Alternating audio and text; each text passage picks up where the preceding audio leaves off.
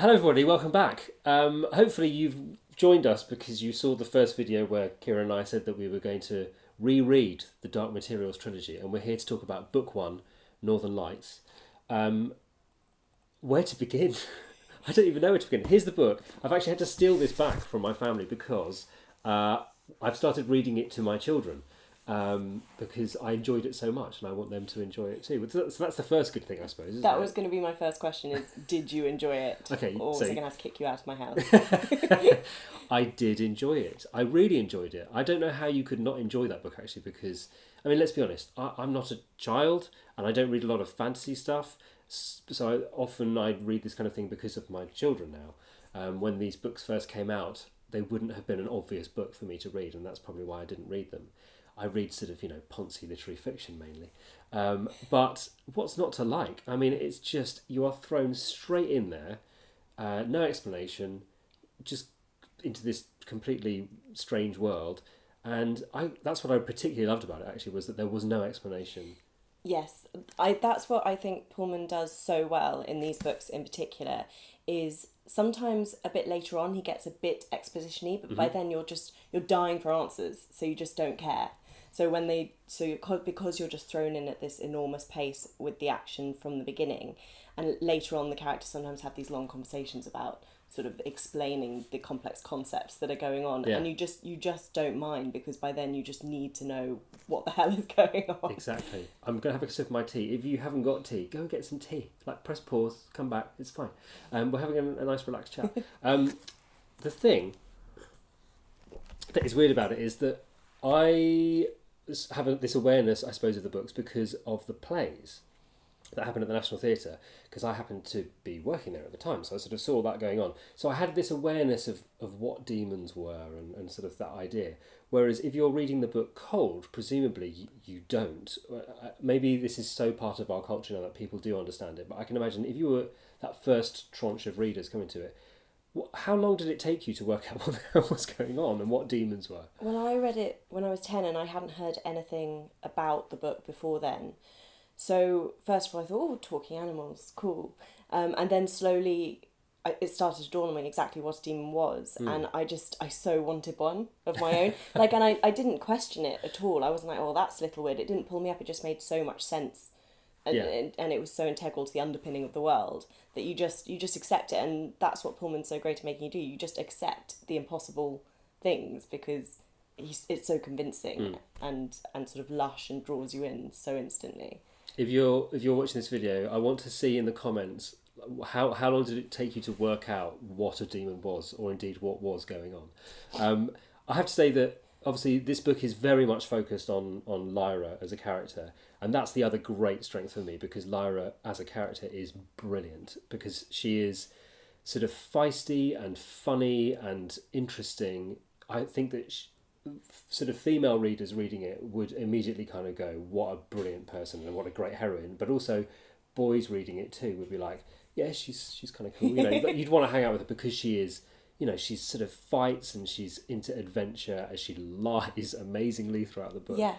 What a great creation. She is this wonderful anti-hero, I think, and she doesn't have any of the traditional heroic qualities that we've kind of come to accept. So like you said, she's an excellent liar, and she thinks murderers are really cool, and she sort of spits and she bites, and she's wild in so many ways, and that's just not something that common even now when there is sort of this great spate of brilliant female characters coming through. Even now, all her traits, like they would normally be in the villain of the piece, the sort of the bully, because she is a bit of a bully in these books, and that's what's so fantastic, and also there's so much room for her to grow through the books, because she is starting from this place of sort of moral turpitude. She's spoilt, she's bratish, and you love her. Yeah. I found her completely entrancing from the very beginning. Great person to be following around. And then, of course, along the way, we're sort of introduced to this world that is is like our world but slightly different. I can imagine if you're reading it for the first time, you'll be thinking, is there a Jordan College at Oxford? I mean, because you might not know that that's not real. Yes. But he does that thing of just changing those small details. And that is my favourite thing in books, where the world is recognisable but strange. I love that unhomely feeling, and like, you know where you are, so you start to get comfortable, and then everything's ripped out from underneath your feet. And you know, when we first meet Yorick Bernson, the talking, the armoured bear, and you're just like, oh, okay, we've got a talking bear. There's armoured bears. That's the thing. Yeah, and it's just, again, no explanation. You're just in it. You meet this drunk bear, and that's. Well, I was about to say, the great thing about meeting him is the first meeting of him is that he's sort of slumped against a bar knocking back booze, which is again not what, even if you were expecting a talking bear, you might not be expecting that. Yes. And he immediately, I don't know, that immediately makes him even more interesting, because you're thinking, what has happened to this armoured bear to get him to the stage where he's doing this, as you know, that he's acting like that. The questions just get thrown at every stage. Yeah. Just every chapter you get some answers, and then there's just more questions. Yeah, he's more. That's true. Well, I suppose that's because if I'm thinking about something like Harry Potter, J.K. Rowling's very good at setting up things and then leaving you on a genuine cliffhanger so that you move on. And Pullman doesn't really do that. He doesn't do cliffhangers as such, but he does do that thing of he gives you some answers to your questions and then chucks a load of extra questions at you. So you think, like, but I need the answers. The cliff gets higher and higher each time. It's like he's cutting more land away from you, and the drop's getting further and further, and the stakes they're constantly going up, and the thing you thought was everything was going to hinge on suddenly shifts, and now it's hinging on another character that's just come in but is suddenly briefly in the first book, more briefly than in the second book, sort of your main narrator for a while. So like Serafina Pekkala, the witches, and things like that, and you care instantly about all these characters. And normally when books have dual narratives and things, I find myself wanting to get back to the narrative normally that went first. I care more about one of the characters than the others, but in this book I just want to find out as much about the world as possible, so I don't mind being pulled away from Lara's story. That is true, actually. Yeah, you do have these, the widespread of characters, but they all seem to be as interesting as each other. There isn't sort of like, oh, I don't really care about that. No. Lee Scoresby, because I remember hearing you mentioning him, and so I was thinking, but why is he?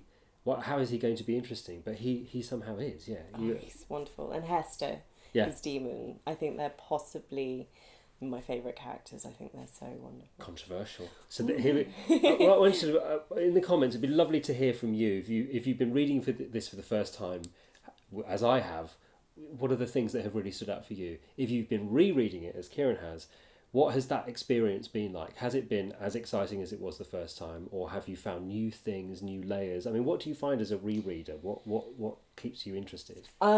Because I do have that kind of, I forget sort of what's happened on every reread, and so I sort of gasp at all the right moments still. But because you do have that basic thread of understanding, you can relax a bit more and luxuriate in the details, so you're not being so pulled along by the pace of it. Right. So the first book, it's sort of a quest narrative, and you're sort of desperate to find out what's at the end of this quest, because the aim of the quest changes occasionally, and so you're desperate to know what is it that Pullman's finally going to settle on. But with this, because you know what's coming, you are able to enjoy that and start to see the clues and the threads that Pullman leaves, because there are no left threads that I can see. They eventually get answered, and I think it's just so rich in that way. I quite liked the sort of sciencey, boffiny stuff that's in there. It's this sort of idea of like what's dust and what's going on and what's Lord Asriel up to, and that kind of thing. I guess that appealed to my sort of rational science head. I was thinking, how on earth is he going to answer all of this and tie it all together? And I guess that's what you find out as you go through the other books. Exactly. We should probably leave it there. We don't want to get into too much detail. It's just good to know that sort of thing about the experience of reading it. As I say, I would love to hear from anyone who's been either reading it for the first time or rereading it. And most importantly, you need to come back in about a month's time when we'll be talking about book 2. If you're sort of a rereader, you may be interested to know that Kiran has been in conversation with Martha Greengrass in sort of slightly more detail, I would say, about, because they're both very experienced readers of the books. And so the first of those videos will be here in a couple of weeks' time. If you're watching this, obviously, in a few weeks down the line, a link will probably have appeared above one of our heads that will take you to that video. And indeed, if you're watching this way down the line, you'll probably see links popping up for all of the videos. But they're going to be talking about reading those books for the first time, reading Pullman, the world, the themes, the characters, and I was there when they had these chats, and they are fascinating, so you should watch. It does descend a bit into fangirling, it has to be said. We tried. If you're into some Pullman fangirling, then that is the place to go. So please do. Otherwise, we will see you in about a month's time. We'll be talking about book 2, A Subtle Knife. That's what it's called, isn't it? Yes. Great, very good. We'll see you then. Bye.